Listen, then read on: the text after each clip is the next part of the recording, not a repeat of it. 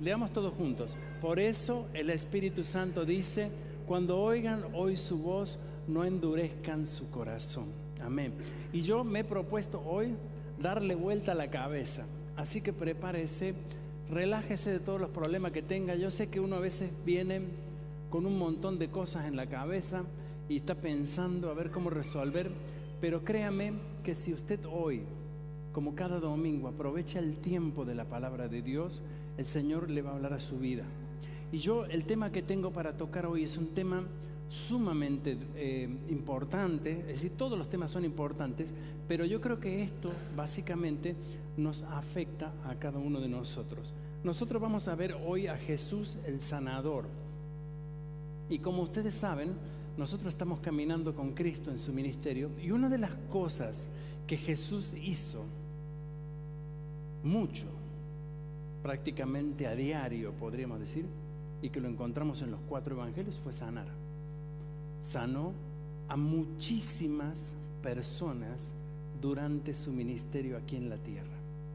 No solo me refiero a la sanidad física, sanidad emocional, resucitó muertos. Es decir, Jesús, cuando llega a la tierra, viene con un propósito y un plan, y Él mismo lo declara, y vamos a leerlo en el capítulo 4, verso 18 de Lucas, 18 y 19, aunque lo que yo estoy leyendo aquí son los primeros 2 versículos del capítulo 61 de Isaías, porque para que usted tenga en cuenta en qué momento Jesús dice esto. Jesús estaba en la sinagoga, sería como la iglesia hoy aquí, y ahí adelante estaban los rollos. Entonces sacaron el rollo de Isaías, Jesús pasó adelante, porque se acostumbraba que los maestros de la ley y también las personas podían leer el texto bíblico, y a Jesús se le dio esa oportunidad. Entonces Él fue, abrió el rollo y dice así: el Espíritu del Señor está sobre mí, porque me ha ungido para llevar las buenas nuevas a los pobres. Me ha enviado a proclamar que los cautivos serán liberados, que los ciegos verán, que los oprimidos serán puestos en libertad, y que ha llegado el tiempo del favor del Señor. Cuando Él dijo esto, cerró el texto y dijo una cosa tremenda, desató un terremoto y dijo: esta palabra se cumple aquí hoy, ese soy yo. Más o menos lo dijo así. Y cuando dijo eso, a la gente se le subió, como quien dice, se llenaron de bronca y de odio, porque dijeron: mira lo que dice, ¿quién se cree que es? Y dice que lo sacaron de la sinagoga y lo quisieron tirar por una montaña, lo llevaron ahí para empujarlo. Hubo como una reacción violenta de la gente. Y más allá de este evento, que en realidad usted puede seguir luego la historia en la Biblia de lo que pasó, Jesús después se escapa entre medio de ellos. Parece ser que Jesús se hizo invisible. Fueron las cosas que iba haciendo Jesús. Jesús comenzó a hacer cosas que la gente no había visto nunca. No había tenido ni siquiera noción que estas cosas existieran. Pero este texto, lo que nos enseña a nosotros, nos dice la función la cual Jesús vino a cumplir. Jesús vino a traernos sanidad completa, plena. Déjeme explicarle esto. No se adelante a pensar, pero déjeme, yo lo voy a llevar a usted a través de este pensamiento. Y si usted tiene fe hoy, si usted tiene fe, usted puede pedirle al Señor que le sane. Y si usted cree, hoy Dios le puede sanar de todo lo que usted está pasando y sufriendo. Y yo lo creo eso. Y si usted lo cree, esta canción que cantamos, la última, creo que la tenemos que cantar después. Yo lo creo, y decía e insistía. Vino la buena noticia a los pobres. Se refiere básicamente a la vida eterna. Está refiriéndose a una buena noticia, es lo que Jesús dijo: yo he venido a traer vida y vida en abundancia. Jesús se refería básicamente que Él llegaba para que la gente tuviera una esperanza, no solo en la vida ahora, sino después de la vida. Lo segundo dice: libertad a los cautivos, endemoniados, aquellas personas atadas por espíritus. Jesús dijo: yo vine a libertar eso.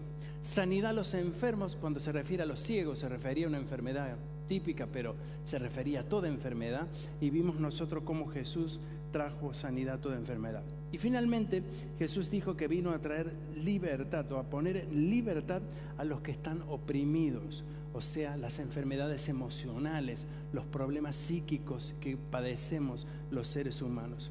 Nosotros en realidad vamos a tratar 3 de estos temas, no los 4, porque lo que es parte de demonios y parte espiritual de demonios lo vamos a ver el domingo que viene, lo va a traer la pastora.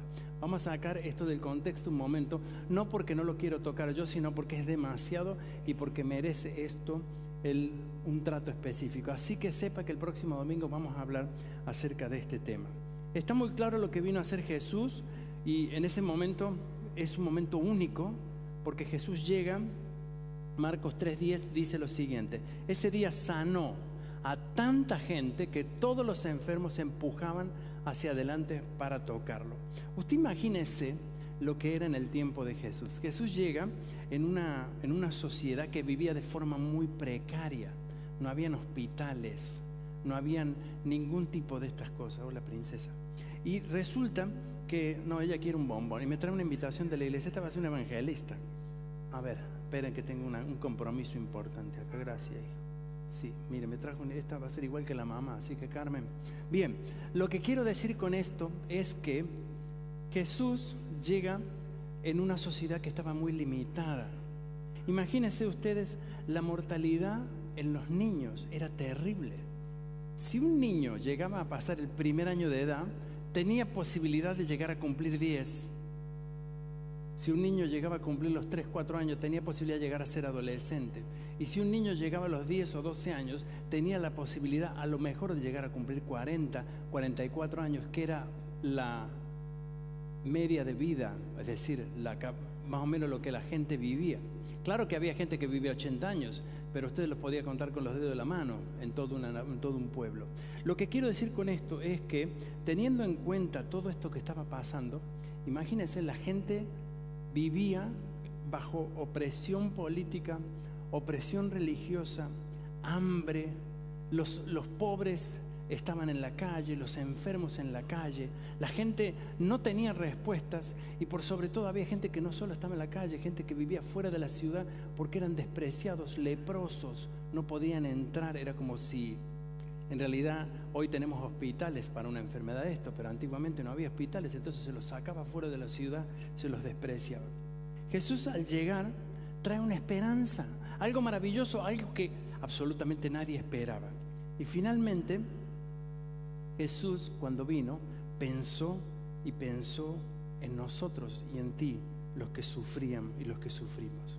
Por eso Jesús, cuando viene y dice: yo vine a traer esta esperanza, Él se está refiriendo no como un gobernador político que diga: bueno, aquí mando yo a partir de ahora, sino que Jesús lo que hace es básicamente tener una relación individual con cada persona. Fíjense en qué interesante. Jesús vino a traerle respuesta a la gente, y en todas las áreas de la vida. Y en realidad, nosotros al verlo todo esto y verlo por detalle, vemos que esa experiencia es una experiencia de forma personal y directa. No hay nadie de por medio, no hay un mediador, no hay un sacerdote, no hay ¿qué se dice? Alguien que diga: bueno, a ver, ¿quién va a atender Jesús hoy? Yo soy el secretario, pase el señor a fulana, pase usted, vengan ahora, venga usted. Sino que Jesús se ocupó de estar directamente con él. Podemos decir que la experiencia de Jesús es una experiencia individual de cada persona. Yo la determino como una huella digital. Vieron que las huellas digitales son únicas, y por más que usted, hoy tenemos los teléfonos, vieron que los teléfonos reaccionan con la huella digital, y a este teléfono no entra nadie si es con mi dedo, y en la mayoría de los teléfonos modernos ocurre así. La experiencia con Jesús es una experiencia así. Jesús se acerca a nosotros individualmente, se acerca a ti, se acerca a mí. Por eso no es de extrañar de ver a Jesús que, caminando dentro de una multitud de gente que lo seguía, imagínense, es como si yo estuviera ahora rodeado de 300 personas, todos atrás mío, una mujer enferma que tenía una enfermedad, un flujo de sangre, dijo: si tan solo tocaré su manto, y se metió allí entre la gente y tocó el manto de Jesús. Jesús se detuvo al instante. Dijo, ¿quién me tocó? Los discípulos le dicen, maestro, somos miles acá, ¿quién te tocó? Te tocamos todos, te empujamos todos. ¿Se acuerdan que decía justamente que le empujaban porque todos querían tocarlo? Jesús dijo, no, alguien me tocó porque salió poder de mí. Esa es la diferencia. Y así es como Jesús, imagínense, la mujer estaba súper avergonzada porque una mujer que tenía pérdida del flujo de sangre en la época de Jesús, y no por la menstruación en este caso, que también era lo mismo, era una mujer que estaba enferma, era una mujer que no podía estar en un grupo de gente, eran totalmente apartadas. Tenía que esconderse en su casa, encerrarse en la puerta, no podía cocinar, no podía relacionarse con nadie. Es decir, cuando esta mujer es descubierta por Jesús, lo primero que ella pensó, tal vez diciendo, ahora delante de todos se van a enterar lo que yo tengo. Pero lo que ocurrió es que en el momento del encuentro con Jesús ella es automáticamente sanada. Lo mismo ocurre cuando Jesús iba caminando con un montón de gente rodeado y había ahí por las cercanías un ciego que estaba en una esquina sentado. Imagínense, toda la gente pasaba interesada, corriendo, buscando a Jesús, y el Jesús dice, Jesús, hijo de David, ten misericordia de mí. Y la gente decía, deja de molestar, no lo molestes al maestro. Jesús dice, no, un momento, ven conmigo. Lo hizo traer. ¿Qué le dijo? ¿Qué quieres que te haga? Señor, ¿qué quiere que me haga? Quiero la vista, sáname. Jesús le dice, está bien. Y ahí es cuando el mismo Jesús le responde a este hombre. Sin contar, y muchos otros casos en la Biblia, Jesús se acerca personalmente. En la cruz, finalmente, el último momento en que Jesús estuvo allí en la cruz, tenía una persona al lado. ¿Se acuerdan? Había uno que le dijo, si tú eres el Cristo, bájanos de acá, mira, estamos padeciendo. A ver, y el otro le dice, ¿no tienes temor de estar en la misma condenación de tu Dios? Y le dice, Jesús, cuando vengas en tu reino, acuérdate de mí. ¿Y qué le dice el Señor? No, vos un ladrón sin vergüenza.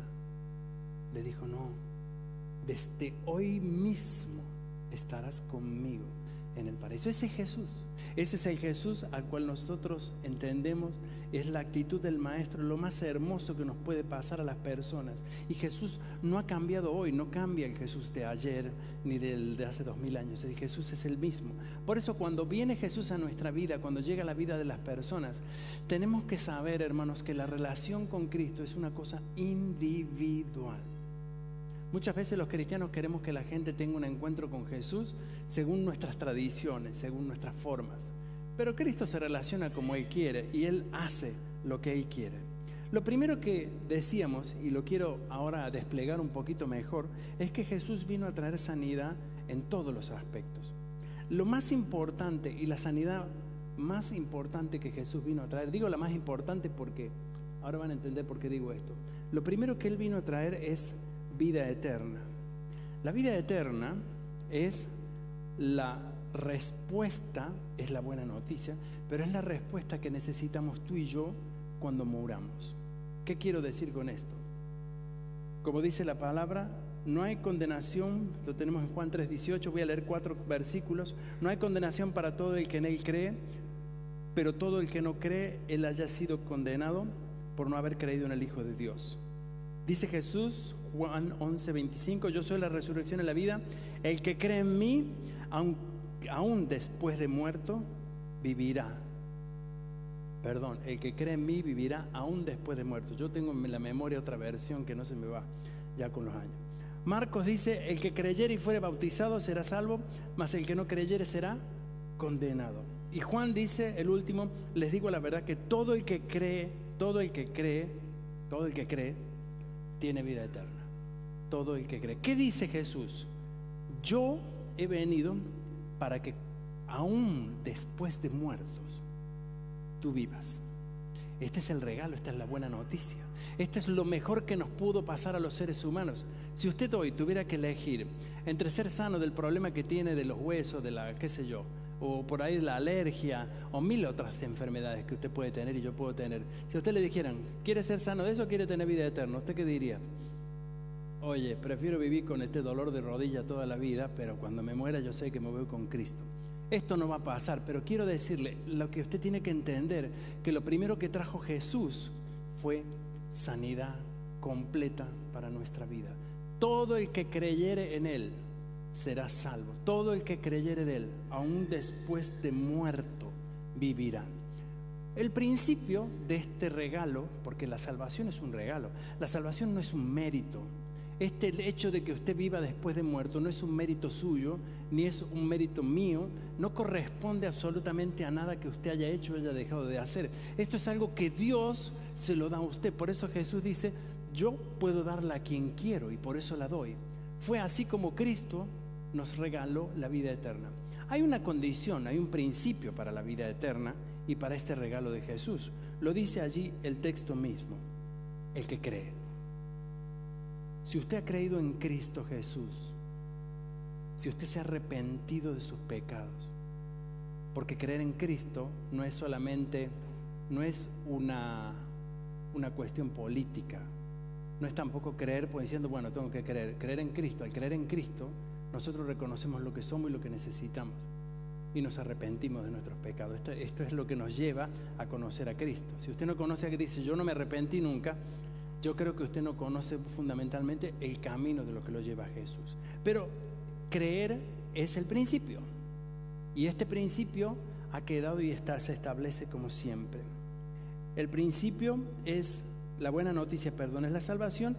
Y el principio que nos lleva a esa salvación es creer en el Señor Jesucristo. Por eso la gente, cuando usted le pregunta a alguna persona que se acercó a Jesús, usted le pregunta, ¿usted cree en Cristo? Y la gente dice, sí. Bueno, por ahí a lo mejor su vida no es a lo mejor lo que usted quiere, pero él ha tenido una relación. Jesús se acercó, Jesús ya habló con esa persona, Jesús ya tiene un primer contacto. Jesús establece esa conexión con las personas para que las personas tengan una experiencia directa y mano a mano. Lo segundo que vino a traer Jesús es la sanidad del cuerpo. Lo vimos y lo vemos en la Biblia en muchas oportunidades como Jesús sana. Jesús sanaba de forma automática. Eso era, ponía la mano y el enfermo era sano.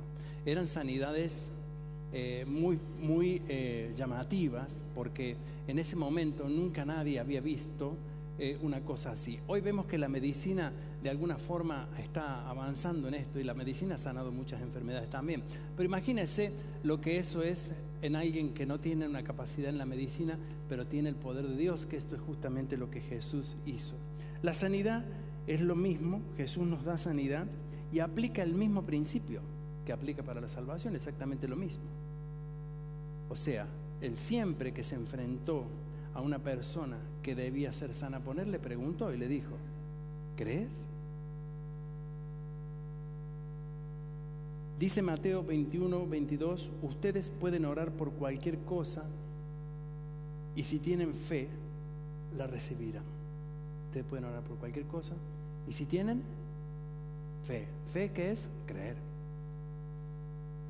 Yo sé que en algunos desde la cabeza le está dando vuelta como diciendo, yo pedí, nunca recibí, o algo que pedí no me lo dio. Ya vamos a llegar a ese punto. Déjeme avanzar. Yo le voy a ayudar a que usted responda también estas cosas. Marcos 9:23 dice, alguien le preguntó si podía Jesús sanarlo. Jesús dice, ¿cómo que sí puedo? Preguntó Jesús. Todo es posible si uno cree. A mí me llamó la atención, esto fue lo que me dio vuelta la cabeza a mí en un momento, porque digo, yo pensaba que es verdad también, que Jesús tiene el poder para sanar. Sí, eso es verdad. No lo discuto. Pero Jesús dice, yo actúo si tú crees. Si no, no. ¿Cómo que puedo? Todo es posible si uno cree. Si uno da vuelta a esto, nos da a entender como que nada es posible si no creemos. Hay veces que da vuelta a las cosas para entenderlo. Lo que dice Jesús aquí está diciendo que nuestra fe depositada, nuestra confianza depositada, puede desatar en nosotros el obrar de Dios que puede alcanzar dimensiones que ni tú ni yo nos podemos imaginar. En un momento él se encontró con un hombre que fue a pedirle a Jesús que sanara a uno de sus siervos. Está en el capítulo 8 de Mateo, verso 10, dice: al oír Jesús quedó asombrado y se dirigió a los que los seguían y les dijo: les digo a la verdad, no he visto una fe como esta en todo Israel. El hombre le dijo a Jesús: Señor Jesús, tengo mi siervo que está enfermo, por favor, ayúdame. Y Jesús dice: voy a ir. Él dijo: no hace falta que te vayas. Yo soy un hombre que está bajo órdenes, y si yo mando un soldado mío y le digo: haz esto, lo va a hacer. Di tan solo la palabra y yo sé que tú lo vas a sanar. Jesús se quedó admirado, porque era justamente eso. Jesús veía en él su fe. Su fe dirigió incluso la forma en que Jesús debía sanar. Miren lo que ocurre. Y Jesús dijo: que sea hecho como tú has creído. Y en el momento mismo, esa persona fue sanada. Jesús sanaba a aquellos que creían en él, aunque en realidad muchas veces nosotros no vemos la respuesta, pero ya voy a llegar a eso. Yo sé que usted está pensando en eso, pero déjeme y deme tiempo para llegar allí. Mateo capítulo 17, 19, 20 dice: más tarde los discípulos le preguntaron en privado: ¿por qué nosotros no pudimos expulsar al demonio? Jesús le dijo: ustedes no tienen la fe suficiente, les dijo Jesús. Les digo la verdad, si tuvieran fe, aunque fuera tan pequeña como una semilla de mostaza, podrían decirle a esta montaña: muévete de aquí hasta allá, y la montaña se moverá. Nada sería imposible. Los discípulos, para que usted entienda qué está ocurriendo en este texto, habían sido enviados por Jesús. Jesús le había dado poder a ellos para que fueran a sanar a los enfermos, a liberar a los cautivos y a resucitar a los muertos. Los discípulos salieron, hicieron esto, se sorprendieron porque dijeron: Señor, hasta los demonios se sujetaban. Pero en una oportunidad ya los discípulos habían probado esto, estaban en acción, y en un momento dado llega un caso allí, un endemoniado. Los discípulos quisieron liberarlo y no pudieron. Y dijeron: ¿qué pasó, maestro? ¿Qué falló? Jesús dijo: no fallé yo, fallaron ustedes. ¿Cómo que fallamos nosotros? Sí, fallaron ustedes. Si tuvieran fe tan pequeña como una semilla, hubiese ocurrido. Quiere decir esto, y si yo no lo entiendo mal, yo estoy interpretando ahora el principio que utilicé para la fe de la salvación, es el mismo principio que actúa en la sanidad. Y quiero decirles algo, amigos y hermanos: cuando nosotros le creemos a Dios, Dios obra. Yo sé que les estoy echando una gran responsabilidad, y me estoy echando una gran responsabilidad en nuestros hombros, porque a veces decimos: bueno, yo tuve las mejores intenciones, pero no ocurrió. Esto nos puede llegar a traer, en cierto modo, cierto complejo, cierta responsabilidad, pero no es así. Yo quiero decirles algo: si bien la fe es algo que ejercemos nosotros, y que para Dios no hay nada imposible, porque imagínense, Jesús dice: no hay nada imposible. Y aunque nosotros estemos llenos del poder para sanar como estuvieron los discípulos, Jesús, en el momento que Él nos sana, que nos da sanidad, nos revitaliza nuevamente, eso es verdad. Pero también hay cosas que nosotros tenemos que aceptar, en las cuales Dios tiene una decisión diferente. No sabemos por qué, aunque Jesús dijo en un momento dado: yo soy dueño de la vida, yo la puedo tomar y la puedo quitar. En definitiva, Jesús, Dios, tiene nuestra vida en sus manos, claro que sí.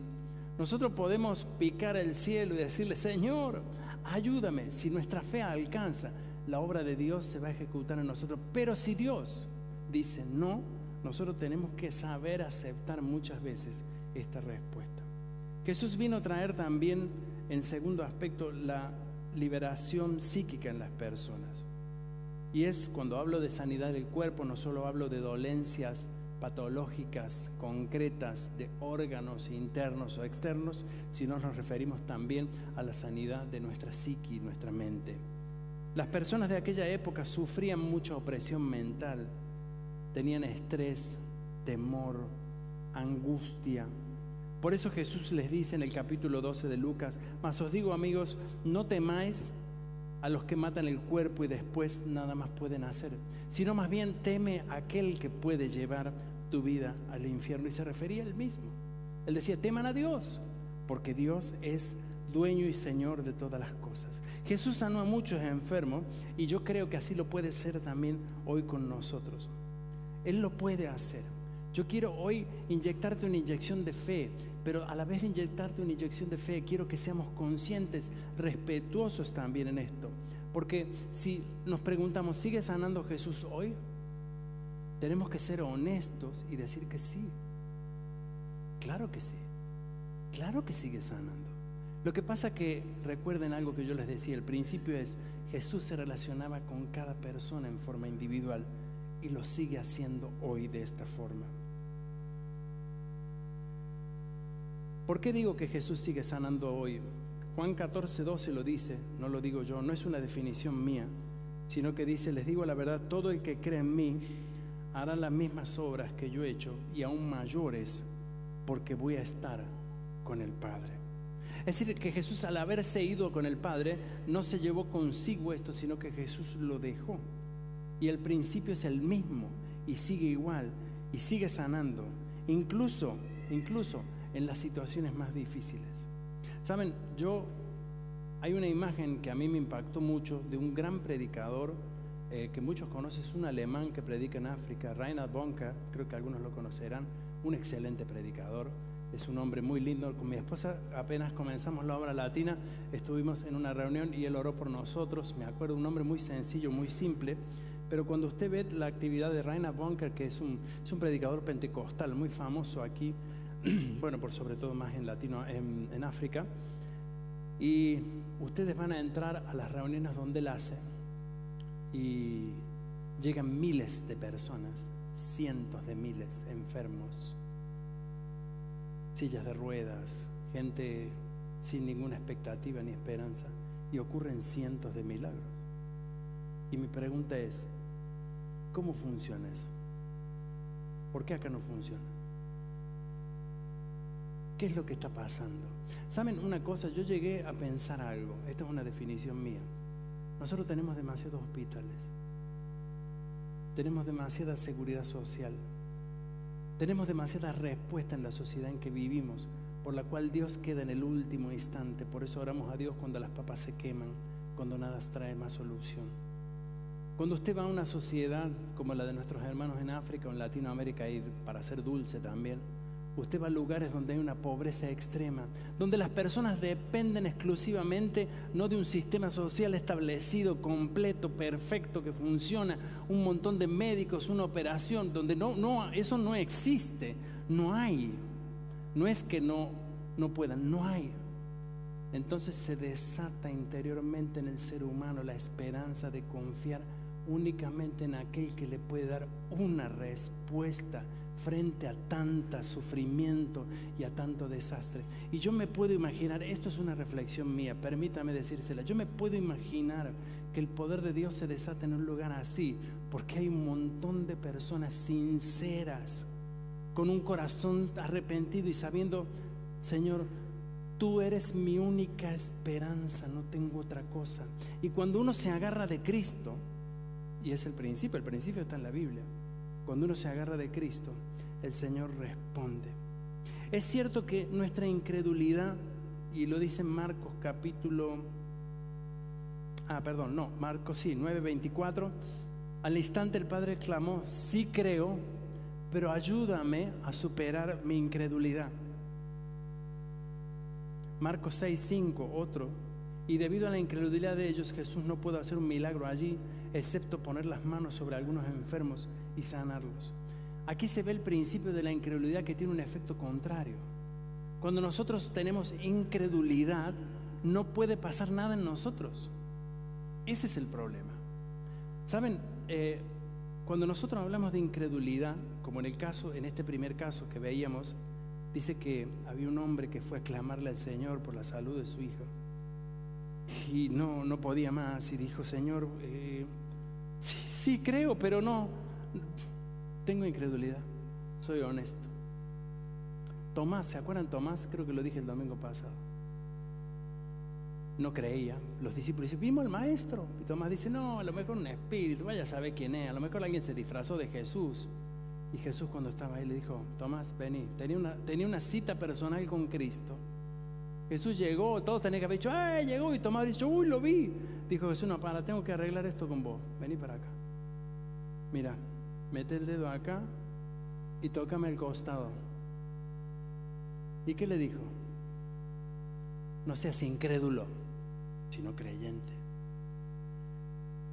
Esta relación con Cristo, esta fe, muchas veces está apagada en nosotros. Yo creo que como iglesia tenemos una fe más chiquitita que la mostaza todavía.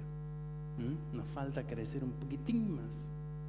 Jesús se refería, y la referencia que hace con la semilla de mostaza es muy simple, pero muy llamativa.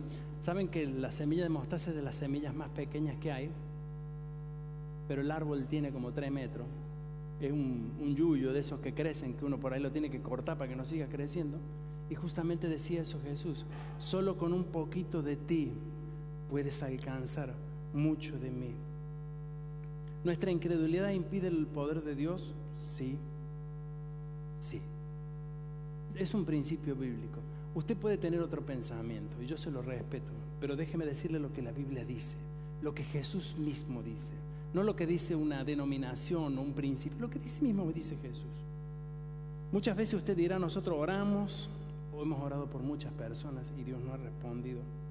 Esto ha sido momentos muy duros.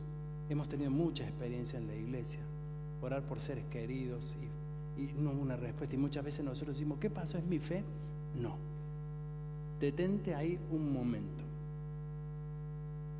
¿Saben que hay una cosa que el Señor Jesús hizo en nosotros, que es la sanidad plena y completa, que es la salvación? Dijo: aunque estés muerto, vivirás. Este es un principio fundamental. Tenemos que saber que la muerte es una consecuencia natural de la vida. La muerte es una consecuencia natural de la vida. Los muertos no son malos, son transformados. Los muertos no están en un cementerio, están con Cristo. En el cementerio hay un montón de cenizas, o donde sea. Nosotros tenemos que saber que lo primero que Jesús nos vino a traer es la vida eterna.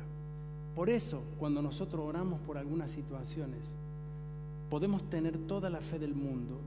Y ¿saben una cosa? Yo creo que a veces Dios va a responder que sí, pero va a llegar un momento en el que Dios dice: yo lo tomo. Esta es mi decisión. Y esa es la decisión que vamos a experimentar todos. Algún día nos vamos a morir. No seremos eternos, ni hemos sido hechos con ese fin. Tampoco el cristiano tiene como principio el haber sido creado para ser siempre sano, porque esa no es una realidad.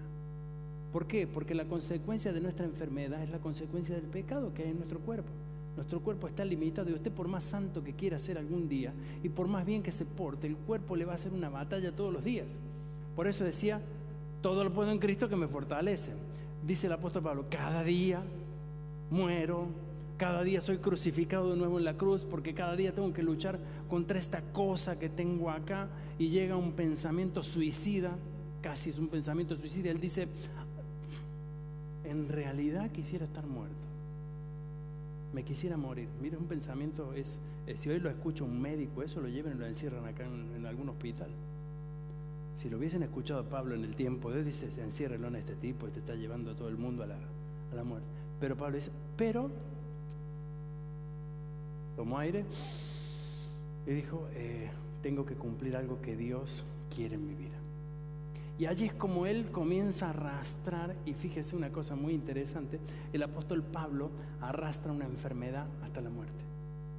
Por eso lo que le quiero decir es: puede que una situación que no se resuelva como tú y yo pensamos, creemos, deseamos, esto no es la pérdida de nuestra fe, y esto no nos ha robado la mayor y el mayor regalo que tenemos en Cristo Jesús, que es ver milagros, es ver lo que Dios puede hacer. Por eso Dios, el mayor regalo es la vida eterna, y tú y yo tenemos que estar contentos de esto, de lo que Dios nos ha podido regalar y nos regala. Hebreos 11:1 dice, mire esto, porque esto es un abridor de latas de cabeza. A mí me regalaron un dulce de membrillo hace poco y ayer lo abrí a la noche. No, fue antes de ayer que lo abrí. Y tuve que usar un abre lata, eso medio complicado, y eso era complicadísimo para abrir, pero yo quería el dulce de adentro. Y este texto nos abre la cabeza, para que nos entre cuando la cabeza no nos deja entrar. Y dice, la fe es la confianza de que en verdad sucederá lo que esperamos. Deténgase ahí. La fe es la confianza de que en verdad sucederá lo que esperamos. Es lo que nos da la certeza de las cosas que no podemos ver. En otra versión dice, la fe es la certeza de lo que se espera y la convicción de lo que no se ve. Déjeme explicarle la fe. ¿Usted ve algo atrás de esa pared? Yo puedo ver detrás de esa pared, y detrás de esa pared hay una escalera que baja para abajo. Estoy haciendo un ejemplo, todos sabemos que hay una escalera que baja. Pero es tener la capacidad de verlo. Eso es fe. Yo sé que detrás de esa pared hay algo. ¿No lo veo? No, no lo veo. ¿Lo siento? No, no lo siento. ¿Lo huelo? Tampoco lo huelo. Que serían más o menos los sentidos. ¿Lo percibo? No, no lo percibo, lo creo. Así que desnúdese usted de la percepción, de la visual, del conocimiento, del tacto. Se tiene que desnudar de esos sentidos. Porque si usted actúa con esos sentidos no va a tener nunca fe. ¿Me entiende lo que le digo? No necesite ver para creer. Porque si usted necesita ver para creer, usted no necesita creer. Usted está viendo.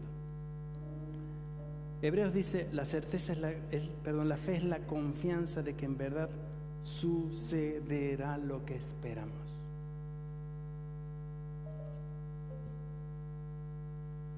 Primera de Pedro 1:7, creo que no lo tienen, o no sé si lo tienes, no lo tenés, no importa. Dice, para que sometida a prueba vuestra fe, mucho más preciosa que el oro, el cual aunque perecedero se prueba con fuego, sea hallada en alabanza, gloria, honra, cuando sea manifestado Jesucristo. Lo que dice este texto aquí es que cuando veamos a Jesús,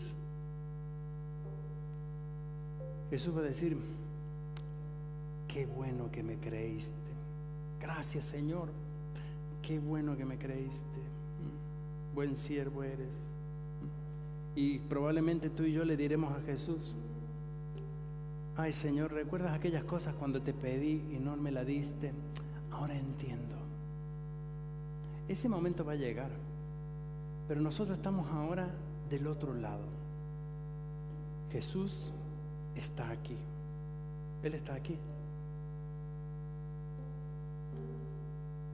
Él está aquí. Hicimos una comparación como el yugo.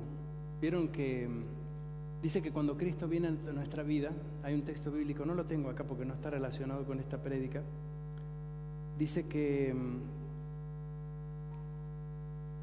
Él viene a nosotros, nos quita las cargas de peso y nos pone un yugo nuevo que es fácil de llevar.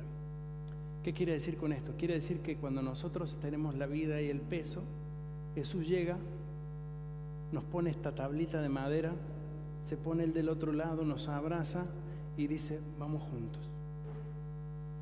Y nos lleva. Así nos lleva durante la vida, con los problemas, las enfermedades, claro que sí. Y si en algún momento tú y yo tenemos la fe suficiente, decimos, Señor, quiero ser sano. Yo sé que tú lo puedes hacer. Por tu fe. Sé sano. Y yo quiero pedirle a Dios hoy que si tú tienes la fe suficiente aquí, el Señor obra en poder en tu vida. Yo no tengo nada para darte. Yo no soy ni un sanador, no soy nada. Pero yo sé que si tú tienes la fe, el Señor puede responderte hoy. Claro que sí. Ayer estábamos en la iglesia de Erlangen y llegó una muchacha que me contaba hoy en el auto, yo no sabía, que estaba con una enfermedad. Y la pastora fue, después la ministró, ella oraron y nos mandó, creo que te mandó una noticia después, ¿no? Dijo, el Señor me sanó. El Señor me sanó. Jesús me sanó. Y uno dice, ¿qué? No hiciste nada. Sacamos algún aceite ahí que teníamos escondido, algún agua bendita para tirar y que de pronto ocurriera algo. Yo creo que esto es algo individual cuando uno le dice, Señor, yo te creo. Cuando uno se pone de rodillas al Señor y dice, Señor, ayúdame, usted tiene que saber que Él está allí dispuesto a ayudarle. Yo creo en este domingo y yo quiero tener un tiempo que nosotros hoy podamos encontrarnos ahí con ese Jesús individualmente. Pero antes de hacer esto, yo quiero preguntar si hay alguien aquí hoy que nunca en su vida permitió que Cristo entrara en su corazón y quiere encontrarse hoy con Él, que nunca lo haya hecho, que nunca lo haya hecho como un cristiano. Si tú estás hoy aquí y quieres hacer eso, acercarte a Cristo, yo te invito simbólicamente a que vengas aquí conmigo y que tengas un encuentro con Jesús.